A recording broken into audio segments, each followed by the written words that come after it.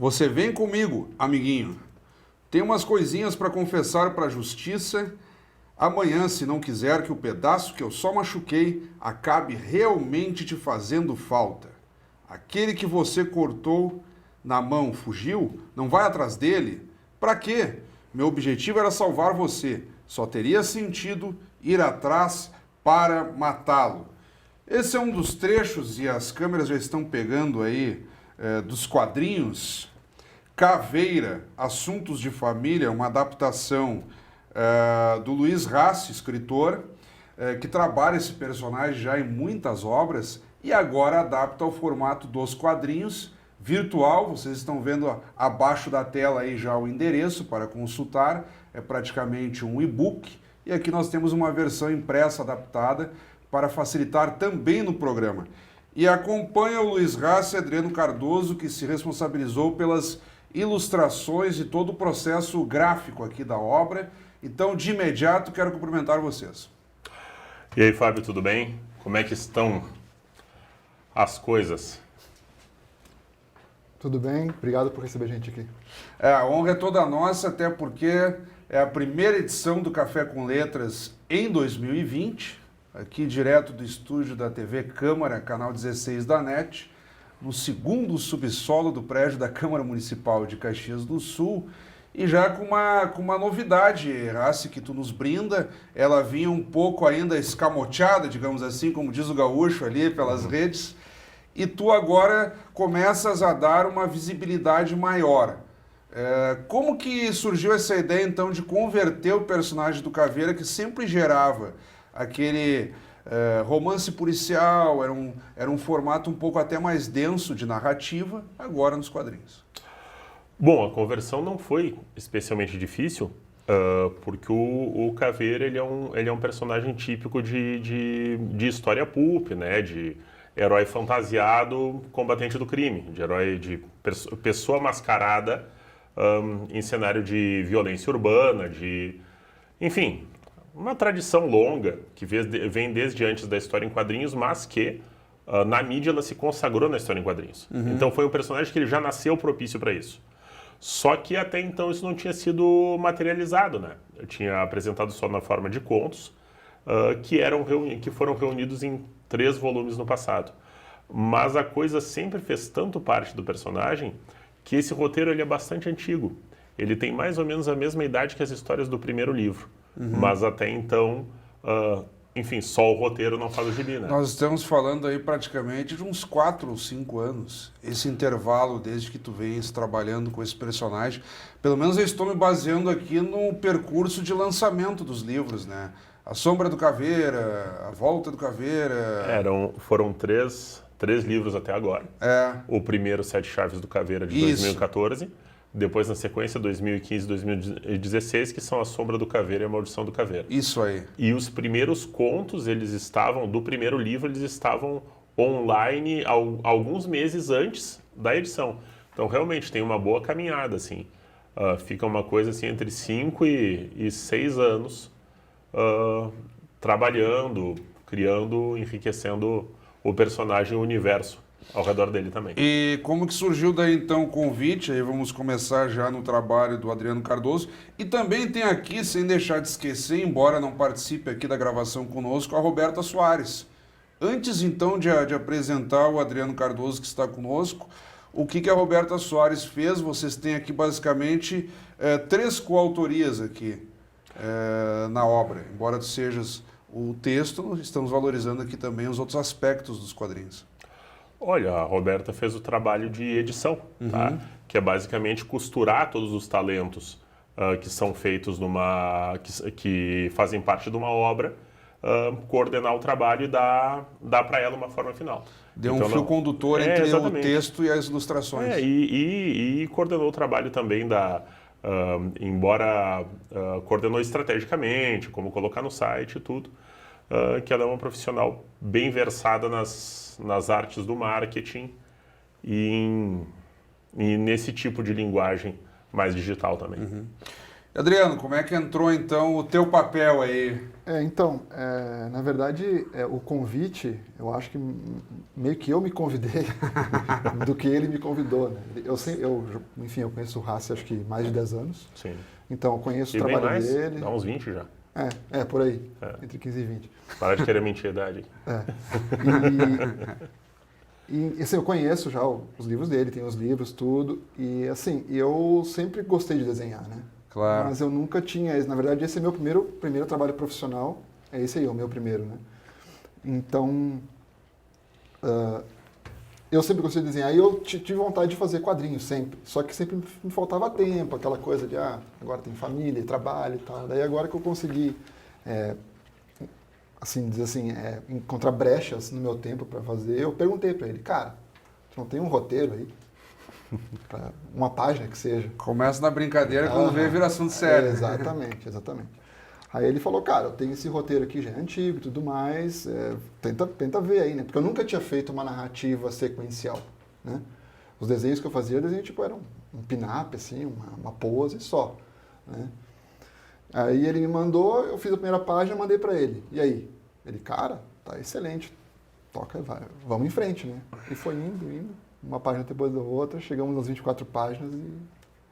Eu vou começar um exercício de percorrer aqui a obra, e a ilustração ela é muito importante, porque, sobretudo, a largada do enredo, ele não tem balões, ele não tem qualquer espécie de narrativa, ele é autoexplicativo apenas pelas figuras, né?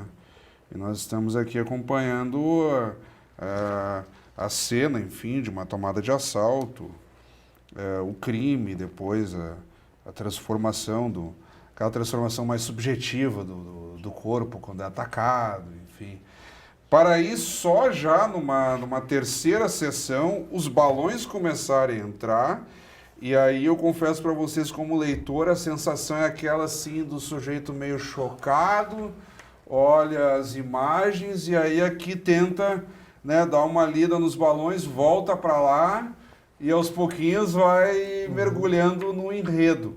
Vocês começam de uma forma bem chocante mesmo, é para dar aquela bangornada no leitor, olha, isso aqui é assunto sério, não é uma leitura para amadores, digamos assim. Aí é culpa dele. Foi essa a proposta? Eu acho que esse é o, vamos dizer assim, é o diferencial dos quadrinhos, né? Uhum. É que tu tem a narrativa, o texto, o roteiro e os desenhos complementando um ao outro. Então, só assim, talvez, claro, cinema tu poderia ter feito algo assim, mas acho que em termos de leitura, só os quadrinhos permitiriam fazer vamos dizer assim, uma narrativa, um truque de narrativa desse tipo aí. Bom, complementando o que o Adriano falou, além de ter recursos de linguagem que só tem nesse tipo de narrativa, de mídia, de forma de contar uma história, foi também uma forma de contextualizar elementos da história, né? Porque toda essa parte que você diz que não tem diálogo e tudo mais, é uma história que aconteceu antes, certo?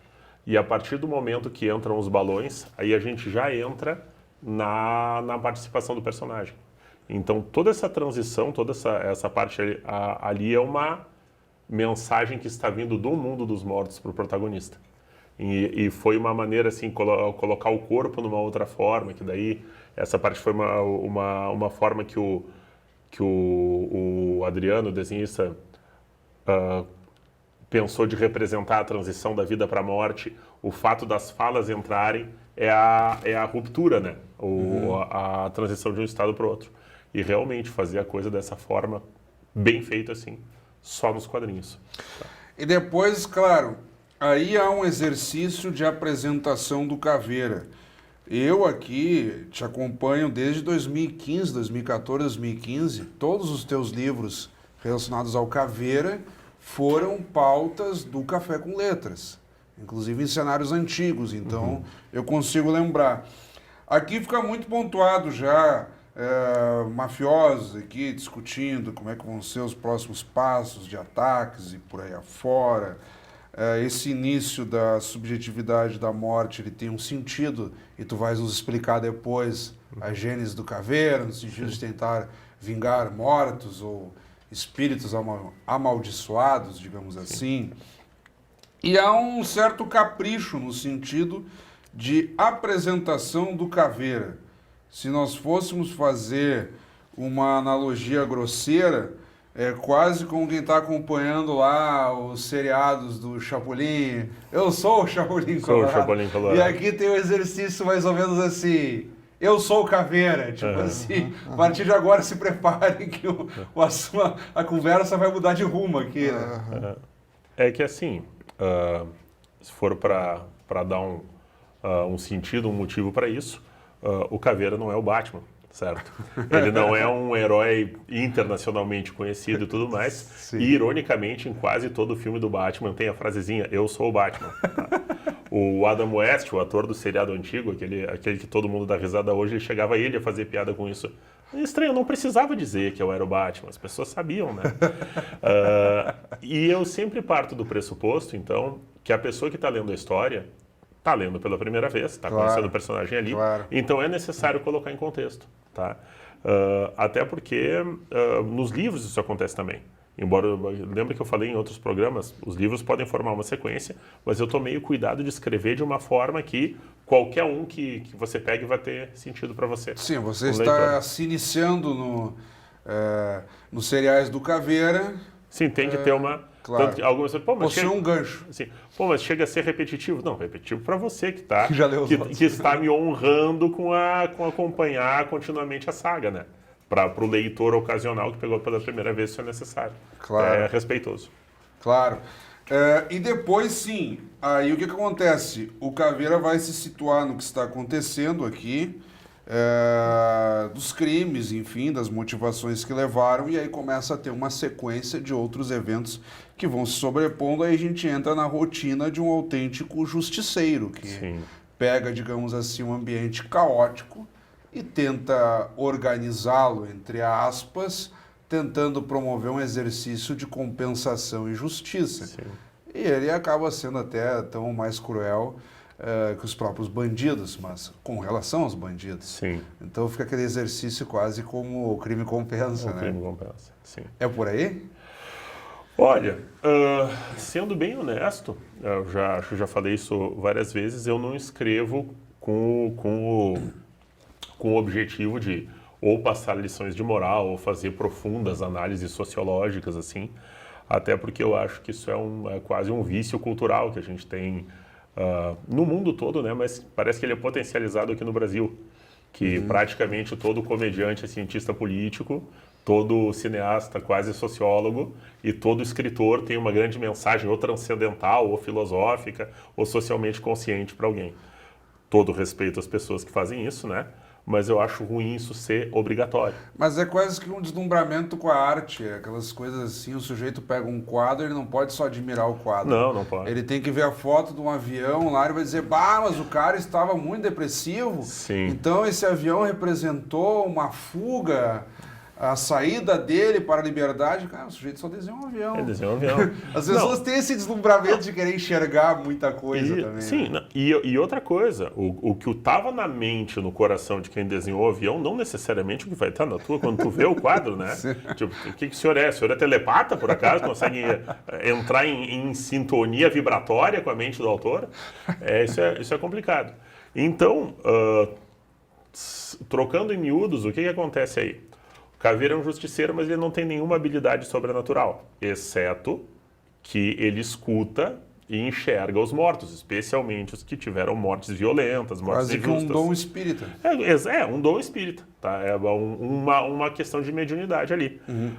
Foi baseado nisso que ele aprendeu a lutar, aquelas artes que popularmente se chama de arte ninja, bater com espada, jogar estrelinha, desaparecer da vista dos outros, porque foi um dos espíritos que ensinou isso para ele. E ele usa isso para tentar trazer justiça para quem sofre.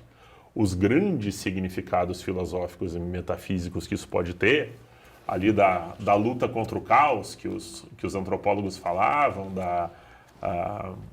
obviamente vou pronunciar errado, a Caos Kampf, que se falava uma vez, a questão do equilíbrio da justiça, as correções kármicas, isso são reflexões que eu deixo para o leitor, certo? E o fato, assim, de uma determinada reflexão, de um determinado significado para o ato do personagem estar na fala do personagem, isso é uma coisa do personagem. Eu acho assim que, óbvio, fiz isso no passado, como acho que todo escritor principiante faz, mas tu ficar te escondendo e te projetando num personagem de forma, sei lá, tão grosseira, tão didática, eu não vejo como algo que eu gosto de fazer e não é algo que eu gosto quando eu identifico numa história também. Sei lá, o Ian Fleming sabia fazer isso direito com o James Bond, mas ele é famoso por isso, né? James Bond era uma projeção dele. A maior parte dos escritores, quando faz isso, fica no meu entender, uma coisa não tão legal assim. Claro. Então, Bem, se bem que aqui reitera de novo o que vimos falando, ó. Aqui é emblemático. Eu pedi que o pessoal pega o Caveira se projetando aqui de forma aérea. Eu sou o Caveira, sou advogado e vingador dos mortos. Em parques e tal. Como é que foi para ti organizar, digamos assim, também os espaços, o momento adequado de colocar os diálogos? Há um esforço aqui de fazer com que as imagens se comuniquem por si também, sem depender tanto dos diálogos. Foi simples, foi ao natural? Isso aí eu já tinha treinado isso antes, né? Isso aí na verdade, esse foi o meu primeiro trabalho que eu falei, mas eu já tinha feito outros por brincadeira, que eu colocava só nas minhas mídias sociais e tudo mais. Mas é uma coisa assim que eu já foi bem tranquilo, assim, já tinha o macete já de fazer. Uhum. E nesses momentos em que o Rassi vinha descrevendo aqui as motivações do personagem, ficam pistas aqui para o leitor também sacar mesmo. Porque aqui pode soar até em tom de deboche, daquele cidadão que está garganteando. Eu sou isso, eu faço não sei o quê. Como tu falavas aí, eu sou o Bond, James Bond. Ou eu sou o Batman e tal. Eu sou o Batman. Aqui, mal bem, o Caveira também ele vai dizendo, até eu vou ler aqui. Eu escuto os lamentos daqueles que viveram e morreram sob injustiça, ó. Dignidade espírita. Eu sinto angústia pelos entes. Então, ele vai garganteando aqui, mas também foi uma saída do Rassi para comunicar ao leitor, ó, esse é o perfil do cara de que estamos falando. Como não tem um narrador, o próprio Caveira se encarrega de escrever isso tudo. E falou de garganteamento, né? Essa basófia toda é unicamente dirigida ao leitor, né? Até uma coisa da linguagem dos quadrinhos, é o famoso... acho que enfim, não lembro o termo técnico agora, mas quando a legenda, ela expressa não só a narração, mas o pensamento do personagem. Né?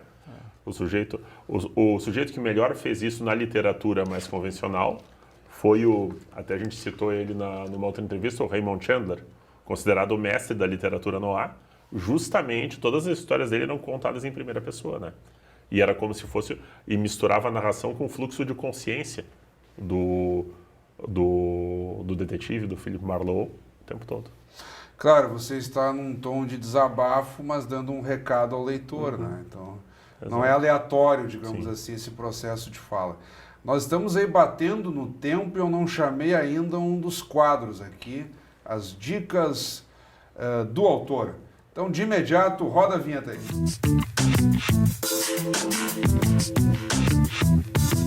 Nas dicas do autor, recebendo aqui o escritor Luiz Rassi, o ilustrador Adriano Cardoso com Caveira, Assuntos de Família, agora em quadrinhos.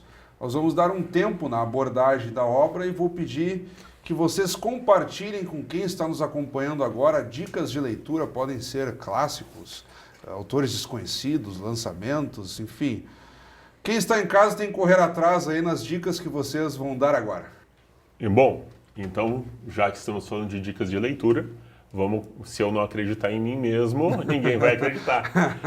Procurem a página luizrassi.com.br, que tem a obra aqui, e que estão várias outras obras minhas, mas vou então dar uma dica de alguns autores que são inspiracionais para mim.